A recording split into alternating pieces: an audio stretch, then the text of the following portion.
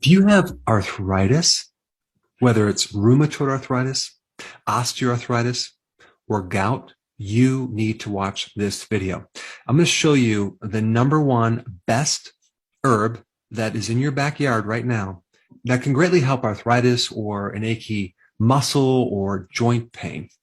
And we're looking at it right here. Okay, I'm going to show you what it looks like a little bit closer here if you could see it. I don't know if you can see that. Okay, this is stinging nettle. Okay, stinging nettle. I just took a little bit from the woods and put it into a pot, and it grows like crazy. You barely need to water it. Now, the word nettle comes from the derivation Anglo-Saxon, which means needle, and the Latin word for to burn, because these have millions of tiny little hypodermic needles on the underneath the leaves and on the stems that when you touch it, it injects their little glass-like tube and breaks off this shaft of chemicals. Like one is formic acid, which the little ants can bite you and have the same stinging sensation. Or if you're stung by a bee, it has formic acid. And so the formic acid can cause a little bit of stinging pain. It's not too bad, but it can definitely create some pain. And then there's histamine substances in there. There's serotonin, acetylcholine, and probably 1,000 other chemicals. And they don't know exactly what chemical is creating the anti-inflammatory effect, but it could even be your own immune system reacting to these chemicals and reducing inflammation that way. We don't know. All we know is when you expose this to an inflamed joint, whether it's on your fingers or your big toe or your shoulder or your knee, it can greatly reduce the inflammation and pain. And so it's fairly safe. It's extremely available. It's all over the place. It grows like a weed, very low cost, and it's even edible. There's actually a lot of nutrition in this plant. It has calcium, it has selenium, it has the B vitamins, it has vitamin C, vitamin E. Some people put it in their soup. Some people make a pesto out of it. Some people make a tea out of it or put it in their salad. But in this video, I'm going to recommend using it topically. And I'm not recommending going out and getting a supplement. I'm recommending just finding it in your backyard or in the woods, or you might want to consider growing it if you have arthritis, because if you use it on a regular basis, you won't have arthritis. And it's interesting because I talked to a farmer who had very severe arthritis. I mean, he was basically crippled, and he got on his riding lawnmower and he was cutting his lawn and he ran over a bee's nest. Okay.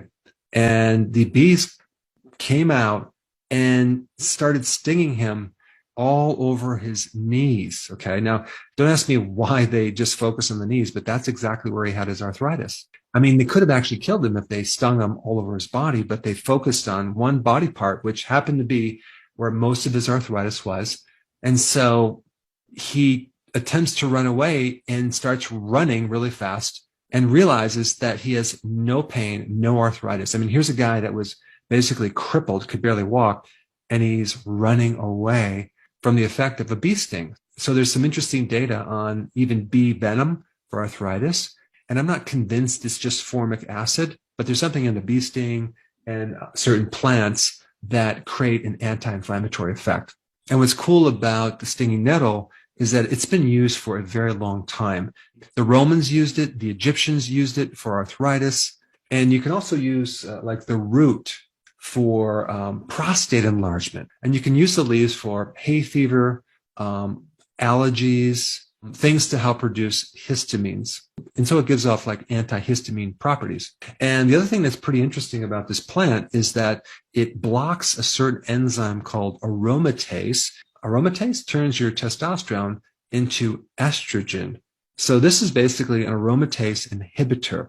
So it's really good for people that have too much estrogen, both in men and females. And so as the world becomes more estrogenic, because, you know, you have plastics out there, you have chemicals that all mimic estrogen, things like this are going to be more and more popular to help reduce the massive estrogen effect that's occurring in both men and women. And so what I would recommend is you take a glove like this and then grab like some leaves off here and then just apply it to wherever you have arthritis, whether it's on your hands or your knees, if the stinging might bother you. But when you apply the leaf topically to an area of your body you have arthritis, let's say you have arthritis in your hands, and you start to feel a little stinging, you want to keep rubbing and break some of the green chlorophyll from the plant into the hands, because there's a lot of additional chemicals and anti-inflammatories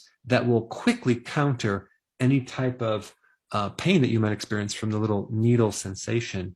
But you're going to notice really quickly that the inflammation is going to go right down, and you'll start noticing like your stiffness will go away, the pain will go away, whether it's in your hands, a shoulder, a knee, or even your big toe. And I would recommend using this like several times a day until you're actually pain-free.